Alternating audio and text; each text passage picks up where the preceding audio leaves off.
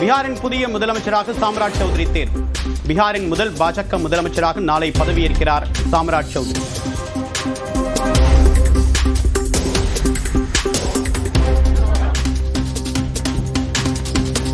புதிய அரசுக்கு தன்னுடைய முழு ஒத்துழைப்பு உண்டு என்று பிரியாவிடை செய்தி வெளியிட்டுள்ள நிதிஷ்குமார். முதலமைச்சர் பதவியை ராஜினாமா செய்த நிலையில் அரசுக்கு தன்னுடைய ஆலோசனைகள் எப்போதும் இருக்கும் என்றும் பதிவு.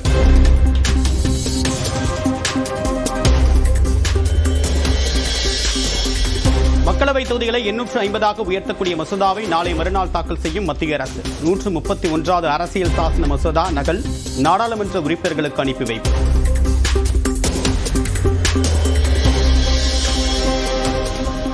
தொகுதி மறுவரையறை விவகாரத்தில் தன்னுடைய தலைமையில் பெரிய போராட்டம் நடத்தப்படும் என்று முதலமைச்சர் மு க ஸ்டாலின் அறிவிப்பு.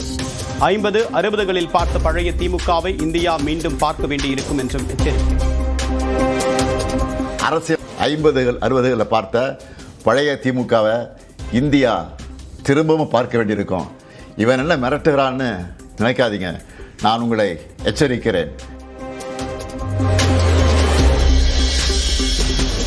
அவசரமாக தொகுதி மறுவரையறை செய்வதன் மூலமாக மாநில உரிமைகளை மத்திய அரசு படுகொலை செய்ய முயற்சிப்பதாக முதலமைச்சர் மு க ஸ்டாலின் கண்டனம். தொகுதி மறுவரையறை பற்றி எந்த மாநில அரசுடனும் கலந்தாலோசிக்கவில்லை என்றும் குற்றச்சாட்டு. பெண்களுக்கு இடஒதுக்கீடு கிடைப்பதை முதல்வரால் பொறுத்துக் கொள்ள முடியவில்லை என்று எடப்பாடி பழனிசாமி விமர்சனம். தேர்தல் தோல்வி பயத்தின் வெளிப்பாடு என்றும் திண்டுக்கல்லில் செய்தியாளர்களுக்கு பேட்டி. தோல்வி பயத்தின் வெளிப்பாடு தான் அவருடைய செய்தி. பெண்களுக்கு 33% இடஒதுக்கீடு என்பது நீண்ட நாட்கு கோரிக்கை. அந்த கோரிக்கை இப்போ நிறைவேற்றுகின்ற ஒரு தருணம், அருமையான தருணம். அது அவரால் பொறுக்க முடியல. தொகுதி மறுவரையறை குறித்து ஓராண்டிற்கு முன்பே எதிர்ப்பு தெரிவித்தது தமிழ்நாடுதான் என்று துணை முதலமைச்சர் உதயநிதி பேச்சு.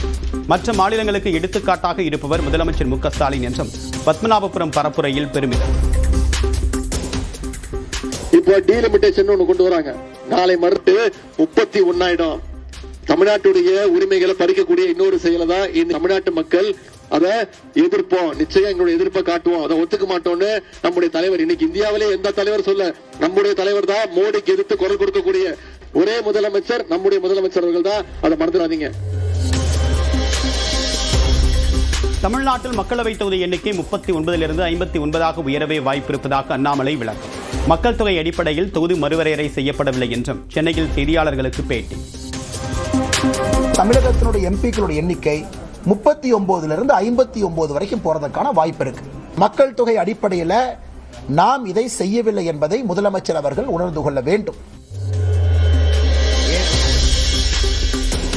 திமுக கூட்டணியில் காங்கிரஸ் மிரட்டி சீட்டு வாங்கியுள்ளதாக சிவகங்கை பரப்புரையில் சீமான் விமர்சனம். திமுக தனித்து தேர்தலில் நின்று பலத்தை காட்ட முடியுமா என்றும் கேள்வி. பெரிய கட்சி ஆளுங்கட்சி 22 கட்சியை கூட்டி சேர்த்துக்கிறது அது இந்த திமுக.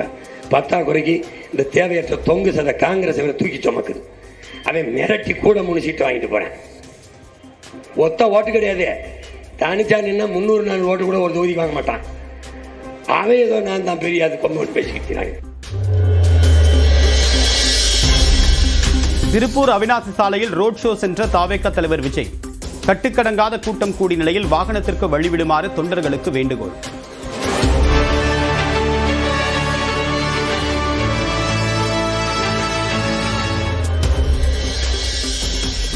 ஏப்ரல் 16ஆம் தேதி தாவேகா தேர்தல் அறிக்கை வெளியிடப்படும் என்று அந்த கட்சியின் தலைவர் விஜய் அறிவிப்பு. கைத்தறி, விசைத்தறி நெசவாளர்களுக்கு ஆண்டுக்கு 30,000 ரூபாய் வழங்கப்படும் என்றும் திருப்பூர் பெருமாநல்லூரில் பரப்புரையில் வாக்குறுதி. கைத்தறி மற்றும் விசைத்தறி வைத்திருக்கும் ஒவ்வொரு நெசவாளர் குடும்பத்திற்கும் ஆண்டுக்கு 30,000 ரூபாய் வங்கி மூலம் நேரடியாக நமது டிவிக்கு அரசு வழங்கும். நெசவாளர்களுக்கு 10 லட்சம் ரூபாய் ஆயுள் காப்பீடு என்று தாவேக தலைவர் விஜய் வாக்குறுதி. நெசவாளர்களுக்கு இ-காமர்ஸ் தளம் உருவாக்கப்படும் என்றும் அறிவிப்பு.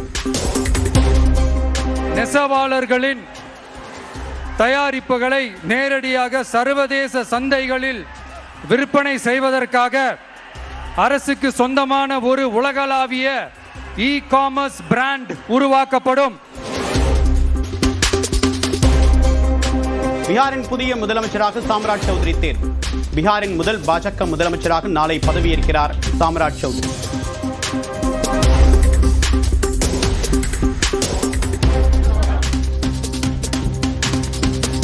புதிய அரசுக்கு தன்னுடைய முழு ஒத்துழைப்பு உண்டு என்று பிரியாவிடை செய்தி வெளியிட்டுள்ள நிதிஷ்குமார். முதலமைச்சர் பதவியை ராஜினாமா செய்த நிலையில் அரசுக்கு தன்னுடைய ஆலோசனைகள் எப்போதும் இருக்கும் என்றும் பதிவு.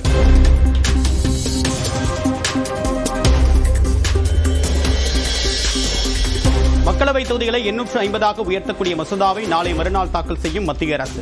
131வது அரசியல் சாசன மசோதா நகல் நாடாளுமன்ற உறுப்பினர்களுக்கு அனுப்பி வைப்பு.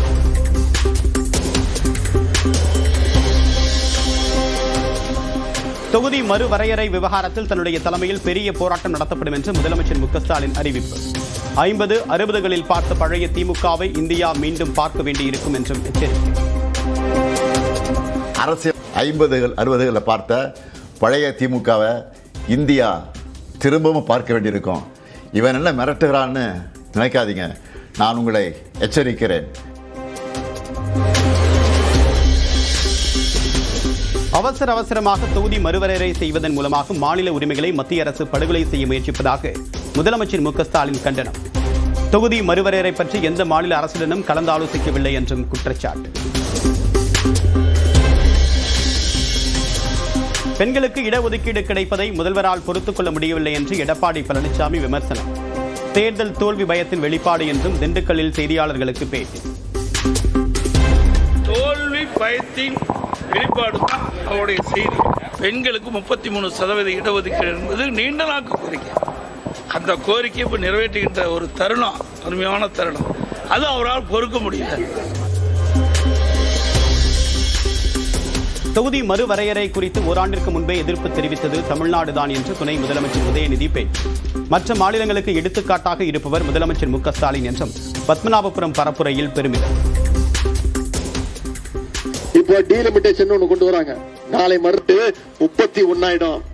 தமிழ்நாட்டுடைய உரிமைகளை பறிக்கக்கூடிய இன்னொரு செயலை தான் இந்த தமிழ்நாட்டு மக்கள் அதை எதிர்ப்போம். நிச்சயம் எங்களுடைய எதிர்ப்பை காட்டுவோம். அதை ஒத்துக்க மாட்டோம்னு நம்முடைய தலைவர், இன்னைக்கு இந்தியாவிலே எந்த தலைவர் சொல்ல, நம்முடைய தலைவர் தான் மோடிக்கு எதிர்த்து குரல் கொடுக்கக்கூடிய ஒரே முதலமைச்சர் நம்முடைய முதலமைச்சர் அவர்கள் தான். அதை மறந்துடாதீங்க. தமிழ்நாட்டில் மக்களவை தொகுதி எண்ணிக்கை 39 59 உயரவே வாய்ப்பிருப்பதாக அண்ணாமலை விளக்கம். மக்கள் தொகை அடிப்படையில் தொகுதி மறுவரையறை செய்யப்படவில்லை என்றும் சென்னையில் செய்தியாளர்களுக்கு பேட்டி. தமிழகத்தினுடைய எம்பிக்களுடைய எண்ணிக்கை 39 59 வரைக்கும் போறதுக்கான வாய்ப்பு இருக்கு. மக்கள் தொகை அடிப்படையில் நாம் இதை செய்யவில்லை என்பதை முதலமைச்சர் அவர்கள் உணர்ந்து கொள்ள வேண்டும். திமுக கூட்டணியில் காங்கிரஸ் மிரட்டி சீட்டு வாங்கியுள்ளதாக சிவகங்கை பரப்புரையில் சீமான் விமர்சனம். திமுக தனித்து தேர்தலில் நின்று பலத்தை காட்ட முடியுமா என்றும் கேள்வி. பெரிய கட்சி ஆளுங்கட்சி 22 கட்சியை கூட்டி சேர்த்துக்கிறது. அது இந்த திமுக 10 குறைக்கு இந்த தேவையற்ற தொங்கு சத காங்கிரஸ் தூக்கி சுமக்குது. அவன் மிரட்டி கூட 3 சீட்டு வாங்கிட்டு போறேன். ஒத்த ஓட்டு கிடையாது. தனிச்சா நின்னா 304 ஓட்டு கூட ஒரு தொகுதிக்கு வாங்க மாட்டான். அவன் ஏதோ நான் தான் பெரிய அது கொண்டு பேசிக்கிறாங்க. திருப்பூர் அவிநாசி சாலையில் ரோட் ஷோ சென்ற தாவேக தலைவர் விஜய். கட்டுக்கடங்காத கூட்டம் கூடிய நிலையில் வாகனத்திற்கு வழிவிடுமாறு தொண்டர்களுக்கு வேண்டுகோள்.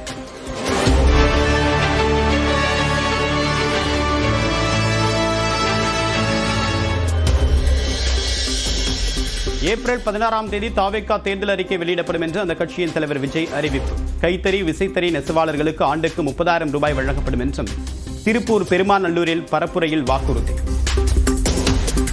கைத்தறி மற்றும் விசைத்தறி வைத்திருக்கும் ஒவ்வொரு நெசவாளர் குடும்பத்திற்கும் ஆண்டுக்கு 30,000 ரூபாய் வங்கி மூலம் நேரடியாக நமது டிவிக்கு அரசு வழங்கும்.